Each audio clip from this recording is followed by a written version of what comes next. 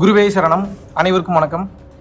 காலையிலிருந்தே நிறைய தகவல்களையும் செய்திகளையும் தொடர்ந்து என்னால் பார்க்க முடிகிறது. நிறைய பேர் ஃபோன் பண்ணி பேசியிருந்தீங்க. ஒரு சில பேர் நிறைய மெசேஜஸில் இந்த மாதிரிலாம் உங்களை பற்றி பேசுகிறாங்கண்ணா அப்படின்னா எப்படின்னான்னு சொல்லி நிறைய தகவல்களை தமிழ்நாடு ஊடகம் எங்கும் இந்தியா ஊடகம் எங்கும் ஆல்மோஸ்ட் பார்க்க முடிகிறது.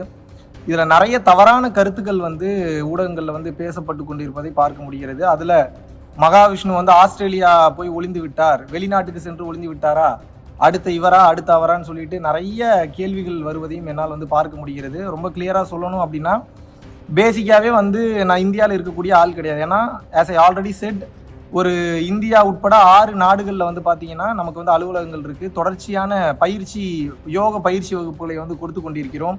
நிறைய ஃபாலோவர்ஸ் இருக்காங்க. ஸோ அந்த கடமைகள் இருந்ததுனால அந்த அசோக் நகர் பள்ளியில் காலையிலையும் சாயந்தரம் பார்த்தீங்கன்னா மத்தியானம் சைதாப்பேட்டை பள்ளியிலையும் அந்த ஒரு நிகழ்ச்சி முடிஞ்ச உடனே இம்மிடியேட்டாக கிளம்பி அடுத்த நாளே நான் ஆஸ்திரேலியா வந்துட்டேன். அது பல பேருக்கு தெரியும். யூடியூப் சேனல் பரம்பொருள் ஃபவுண்டேஷன் நீங்கள் போய் பார்த்தீங்கன்னா அதில் ரொம்ப கிளியராக நம்ம எப்போ வந்தோன்றது முதற்கொண்டு எல்லா ஷார்ட்ஸுமே இருக்கும், எல்லா வீடியோஸுமே இருக்கும். ஸோ இது ஓடி ஒளிவதற்கான ஒரு விஷயமே கிடையாது. எதற்காக நாம் ஓடி ஒளிய வேண்டும்? இப்போ ஓடி ஒளியக்கூடிய வகையில் என்ன நான் தவறான கருத்தை சொல்லிவிட்டேன். விளக்கம் கொடுப்பதற்காக மட்டும் இல்லாமல் இப்போ இன்னைக்கு சாயந்தரம் போல் ஒரு நியூஸ் ஒன்று பார்த்தேன். என்ன அப்படின்னா, சைதாப்பேட்டை காவல் நிலையத்தில் மாற்றுத்திறனாளிகள் சங்கத்தினை சேர்ந்த நிறைய பேர் புகார் கொடுத்துருக்காங்க. ஸோ அதை அடிப்படையாக வைத்து முதல் தகவல் அறிக்கை எஃப்ஐஆர் ரிப்போர்ட்டுன்னு சொல்லுவாங்க. ஸோ அதை அடுத்து காவல்துறை பதிவு பண்ணியிருக்காங்களா இல்லை பண்ண போகிறாங்களான்னு தெரில.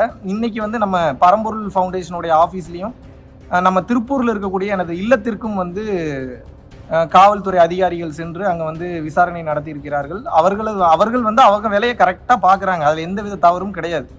இப்போ நான் என்ன சொல்கிறேன் அப்படின்னா, இந்த மாதிரியான சூழ்நிலையில் இப்போது நல்லா புரிஞ்சுக்குங்க.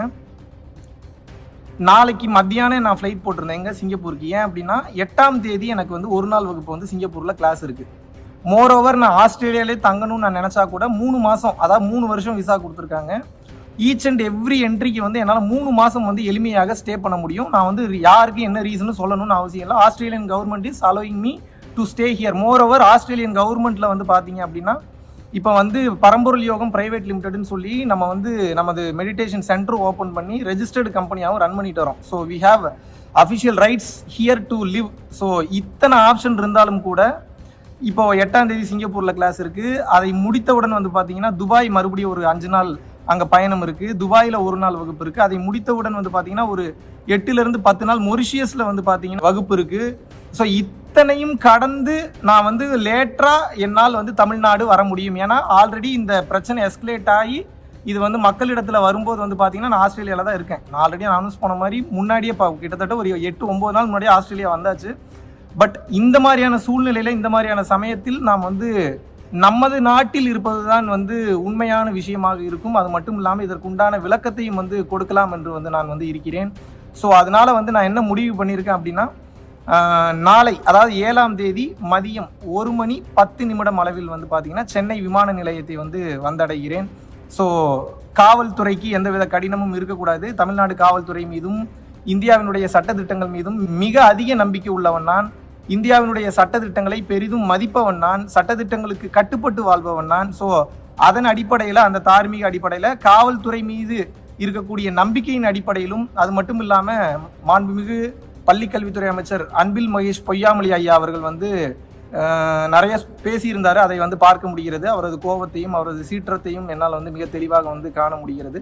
ஸோ அவருக்கு விளக்கம் கொடுக்குற அளவுக்கு எனக்கு அறிவு இருக்கா, தகுதி இருக்கான்னு தெரியல. ஏதோ எனக்கு தெரிஞ்ச விஷயங்களை உங்ககிட்ட தமிழ்நாட்டில் சென்னை இறங்கினோடனே பகிர்ந்துக்கலாம்னு இருக்கேன். என்னை பற்றின ஒரு அலகேஷன் வந்திருக்கு. அதுக்கு நான் விளக்கம் கொடுக்கறதுக்கு நான் இந்தியாவில் தமிழ்நாட்டில் இருந்தாக வேண்டும். அதை பற்றி பேசுவதற்காக நேரடியாக சென்னை விமான நிலையத்திற்கு நாளை வந்தடைகிறேன். ஸோ எல்லாம் வல்ல பரம்பொருளாகிய இறைவனும் சரி, எனது அப்பன் காஞ்சி விஸ்வநாத சுவாமியும் சரி எனக்கு சொல்லிக் கொடுத்தது ஒரு மாபெரும் உலக ரகசியம், மாபெரும் யோக ரகசியம், மாபெரும் பிரபஞ்ச ரகசியம் ஒன்றே ஒன்று தான். என்ன அப்படின்னா சரணாகதி. ஸோ அந்த வகையில் பார்த்தீங்க அப்படின்னா இறைவன்கிட்ட சரணாகதி பண்ணிட்டு நேரடியாக உங்கள் அனைவரையும் சந்திக்கலான்னு இருக்கிறேன். அதை கடந்த நிலையில் பார்த்தீங்கன்னா தமிழ்நாடு காவல்துறையினுடைய விசாரணைக்கு கட்டுப்பட வேண்டும் என்ற அந்த ஒரு முக்கியமான விஷயத்திற்காகவும் நேரடியாக உங்களை சந்திக்கிறேன். நன்றி. நாளை மதியம் 1:10 அளவில் உங்கள் அனைவரையும் விமான நிலையத்தில் சந்திக்கிறேன். நன்றி, வணக்கம்.